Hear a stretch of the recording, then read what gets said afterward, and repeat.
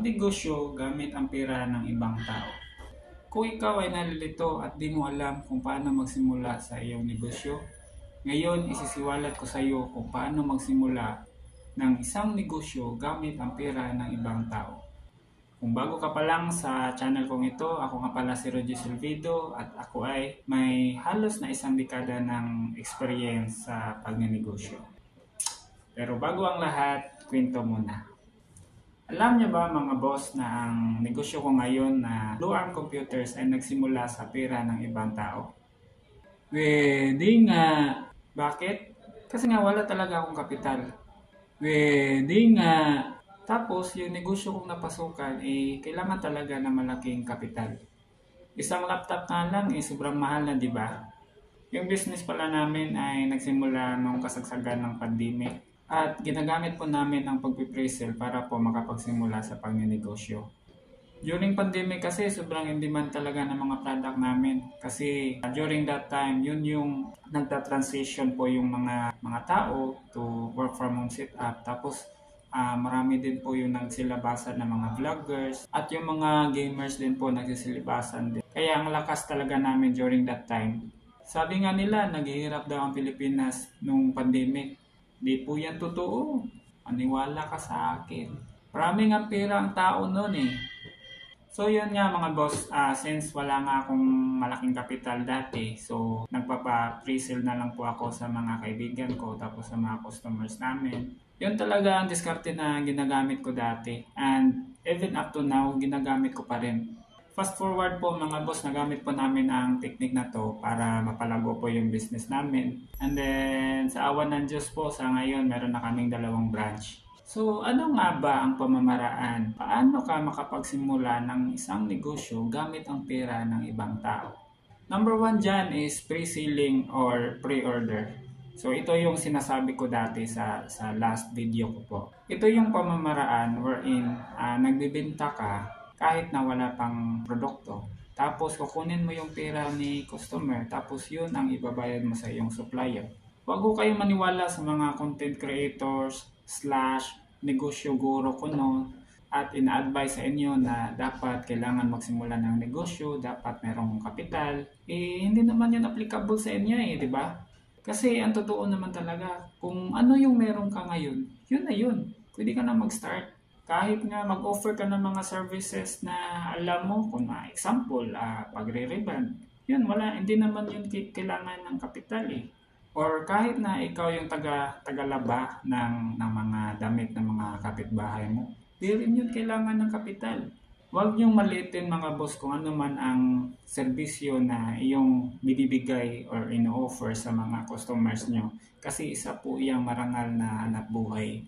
Hanapin niyo po ang paraan kung paano niyo ito mapalaki at papalago. Yan ang tunay na utak ng isang negosyante. Pangalawang technique po is post-selling. Or ito yung pamaraan na gagamitin mo yung pera ng supplier mo. Hindi naman talaga literal na pera kasi item naman yun or product nila mismo yung gagamitin mo. May 2 klase po pala ang post-selling na ituturo ko sa inyo ngayon. So isa dyan ay tinatawag na consignment.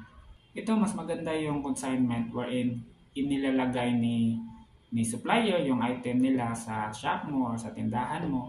Tapos babayaran mo na lang kung ano yung nabinta mo during that day or during that month. Depende po sa agreement niyo po. Isang malaki example nito ay kunwari meron kang isang tindahan or sari-sari store. Tapos alam niyo yung mga nagbebenta ng mga ice candy, 'di ba? Meron sila mga nilalako. Yung alam ko merong mga ganyan na naglalagay sila ng mga yung isang box tapos nilalagay nila sa mga tindahan. So tapos during afternoon kukunin na lang nila yung paninda nila or yung box together with your payment. So kung ano lang po yung nabenta mo during that day, then yun lang din po yung babayaran nyo. So yan, isang malaki example po yan ng consignment. Pero dito talaga kailangan mo i-establish ang pangalan mo muna upang pagkatiwalaan ka nila. Pangalawa ay yung binibigyan tayo ng mga terms ng ating mga suppliers. So dito, meron din yang 2 uri, yung post-dated check or 30 days terms, 7 days terms, or 15 days terms. So, depende po yan sa napag-usapan niyo po. Most likely talaga is yung like binibigyan ka ni supplier mo ng 30 days terms. Yung iba naman, mostly are post-dated check yung binabayad nila. So, ito, parang kukunin mo muna yung item and then saka mo na bayaran after 30 days or after 25 days or after 7 days or 15 days. Malaking tulong talaga to sa atin, especially sa cash flow natin, kung matutunan mo paano ang the best na paggamit nito. Careful lang po mga boss kasi sometimes na-overlook natin yung sa pera natin sa ating mga bank account. Kasi nangyari na din yan sa akin kasi akala ko na meron pa akong pera or meron pa akong certain amount sa account ko, but then as per checking pala is lahat yun is ipangbabayad ko lang sa mga suppliers ko. Kailangan talaga na may disiplina tayo, and then dapat alam natin na yung pera na yun is hindi para sa atin kasi pangbayad yun natin sa mga suppliers natin. Yan ang kadalasan na dumadali talaga sa ibang mga negosyante na bumibili agad ng kung ano-ano kahit na hindi naman nila kailangan talaga.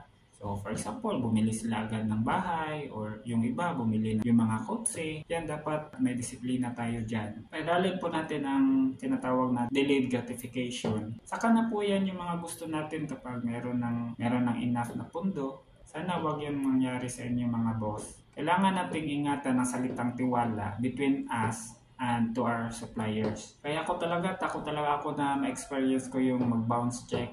Kasi ayaw kong masira ang tiwala ng mga suppliers ko sa akin. Kasi yan sila, kahit na ilang taon kayong maganda yung partnership nyo, maganda yung pagbabayad mo sa kanila. Tapos isang beses ka lang na nagka-problema, tapos nag-bounce pa yung check mo. So yan, malaking talaga yan. Big no talaga yan sa business. So masisira talaga yung partnership nyo dyan.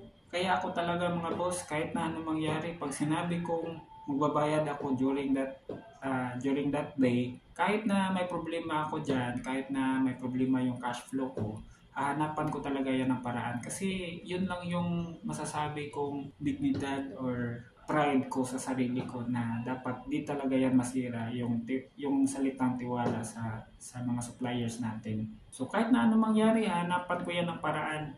Kasi yan lang yung puhunan natin or capital natin to scale up our business. Piliin mong maging mabuting negosyante. Kung meron kang problema ngayon, sabihan mo yung supplier mo at huwag mong takbuhan. Alam ko may solusyon talaga dyan. Tao rin yan sila at makakaintindi sa'yo. So kung meron kang problema, share mo lang sa kanila. Okay lang yan. Mas mainam po talaga na gamitin nyo po yung negotiation skills nyo po upang magamit nyo po itong post-selling technique para po pabor sa inyong negosyo. Kung napapansin nyo po, meron din tayong mga customers na naghihingi din ng terms or ilang days sa kanila bayaran yung kinuwang item nila sa atin. So ganun talaga sa business, normal lang yun. Depende lang yan kung ano po yung napag-usapan nyo. Lahat ng mga strategy na to mga boss ay napakaganda at sana magamit mo rin sa iyong pagninegosyo. Kahit na maliit ka man or malaking negosyo, pwede ito sa iyo. Alam nyo ba mga boss kung bakit ko ito sinasabi sa iyo? Kasi gusto ko ipakita sa iyo at sabihin sa iyo na tigilan mo na yung mga excuses mo or yung mga alibay mo para makapagsimula ka na ng negosyo mo. Kahit sino-sino kasi mga vlogger, kuno yung mga pinafollow mo Ayan tayo Alam mo, magaling lang yan silang magsalita ng bawat linya. Hindi naman yan practical sa sitwasyon mo ngayon, di ba? Kung di mo yan mag-gets yung mga sinasabi ko ngayon, pues, paulit-ulit ko yung mabanggitin sa mga vlogs ko para matauhan ka na, di ba? Basta, panoorin mo lahat ng mga video ko para maintindihan mo. Sa pagninegosyo naman talaga, normal talaga na mako-consume ka. Kasi everyday, meron talaga tayo mga problema. Okay lang yan mga boss, normal lang yan. Hindi po normal ay yung mga negosyante wala pong problema, di ba? Ang malaga po ay patuloy kang lumalaban at di sumusuko. Yan lang po muna mga boss. Yun nga pala yung nabanggit ko kanina na negosyo ko. Pwede nyo kami bisitahin sa aming mga branches. Ilalagay ko na lang po sa description yung address namin at ang buong detalye. Sakto din kasi may mga promo tayo ngayon. For services, gamitin nyo po yung promo code natin, ROJ001.